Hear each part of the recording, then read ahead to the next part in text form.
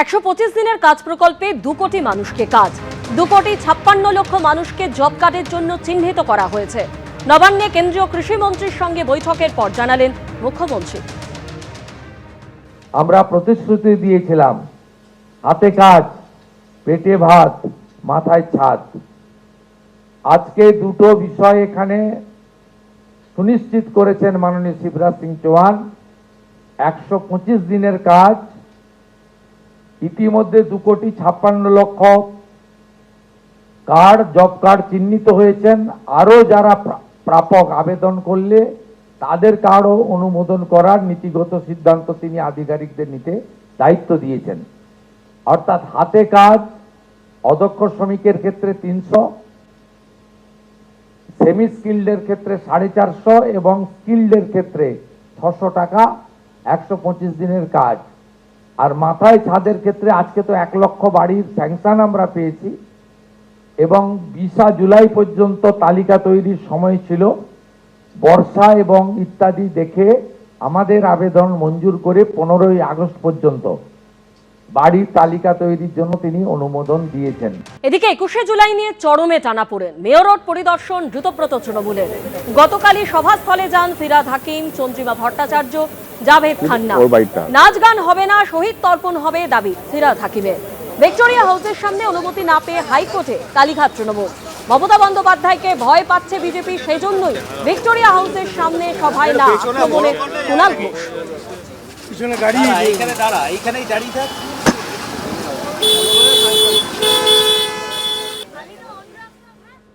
ফিতে নিয়ে মাপার যোগ্যতা নেই। প্রত্যেক মানুষ যে কাজটা করেন তার একটা এক্সপার্টাইজ লাগে। আমি এখন একটা ফিতে নিয়ে আসতে পারতাম, সারাদিন ধরে আপনারা টিভিতে দেখাতে পারতেন। এগুলোকে প্লেইং টু দ্য গ্যালারি বলে।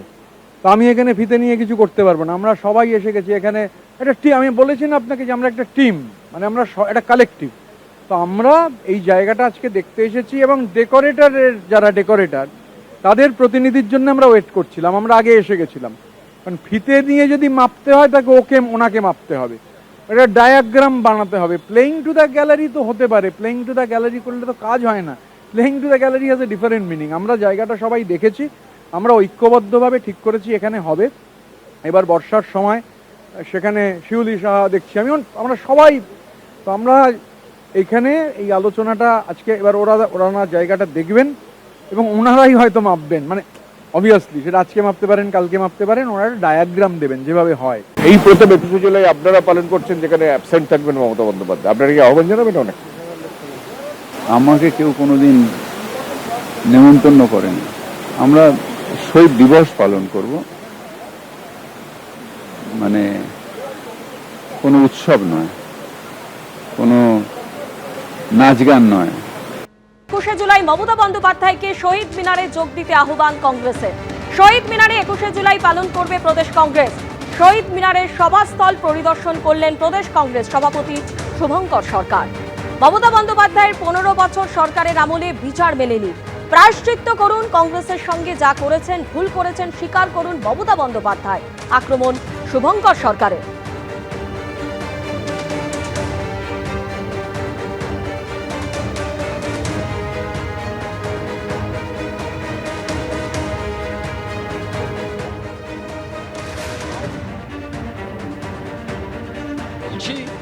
এই শহীদ মিনারে দাঁড়িয়ে আমরা মমতা বন্দ্যোপাধ্যায়কে আহ্বান করছি, তার যদি সৎ সাহস থাকে নিশ্চয়ই তিনি ইতিহাসকে বিকৃত করবেন না। তিনি এই শহীদ মঞ্চে এসে তিনি ভুল করেছিলেন, ভুল সিদ্ধান্ত হয়েছিল। আজকে শহীদ মিনারের মঞ্চে দাঁড়িয়ে এই কথা বলবেন, তার কারণ পতাকাটা ছিল যুব কংগ্রেসের চক্রের পতাকা, কংগ্রেসের হাতের পতাকা। আর সেই পতাকার সম্মান যারা রাখতে পারেন, যে কোনো জায়গায় রাজনীতিতে তাদের উচ্চতা অনেক বেশি হয়। আমি আশা করব যে মমতা বন্দ্যোপাধ্যায় ভুল স্বীকার করলে আগামী দিনে তিনিও মনে শান্তি পাবেন, কারণ এখনো পর্যন্ত দোষীদের গ্রেপ্তার করা হয়নি।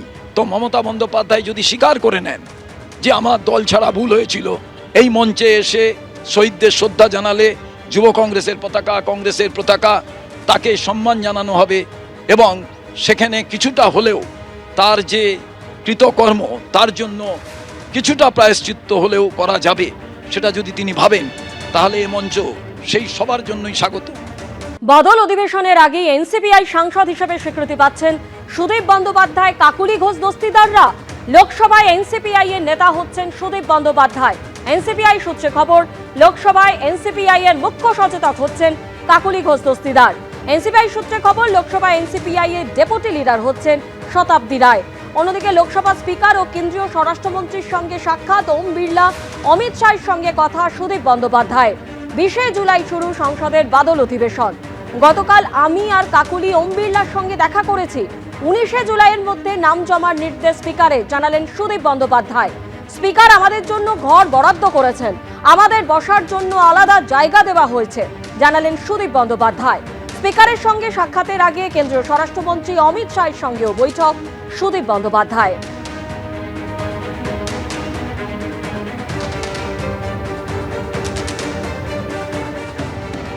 যেমনটা আপনাদের জানাচ্ছিলাম, বাদল অধিবেশনের আগেই এনসিপিআই এর সাংসদ হিসেবে স্বীকৃতি পাচ্ছেন সুদীপ বন্দ্যোপাধ্যায়, কাকুলি ঘোষ দস্তিদাররা। লোকসভায় এনসিপিআই এর নেতা হচ্ছেন সুদীপ বন্দ্যোপাধ্যায়। অন্যদিকে এনসিপিআই এর মুখ্য সচেতক হচ্ছেন লোকসভায় কাকুলি ঘোষ দস্তিদার। লোকসভায় এনসিপিআই এর ডেপুটি লিডার হচ্ছেন শতাব্দী রায়। এনসিপিআই সূত্রে এমনই খবর, লোকসভা স্পিকার ও কেন্দ্রীয় স্বরাষ্ট্রমন্ত্রীর সঙ্গে সাক্ষাৎ সুদীপ বন্দ্যোপাধ্যায়ের।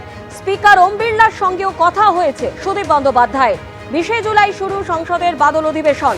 গতকাল আমি আর কাকুলি ওম বিড়লার সঙ্গে দেখা করেছি। 19 জুলাইয়ের মধ্যে নাম জমার নির্দেশ স্পিকারের, জানালেন সুদীপ বন্দ্যোপাধ্যায়। স্পিকার আমাদের জন্য ঘর বরাদ্দ করেছেন, আমাদের বসার জন্য আলাদা জায়গা দেওয়া হচ্ছে, জানালেন সুদীপ বন্দ্যোপাধ্যায়।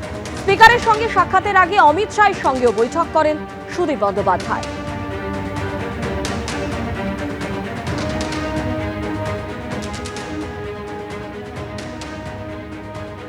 এবিপি আনন্দ, এগিয়ে থাকে, এগিয়ে রাখে।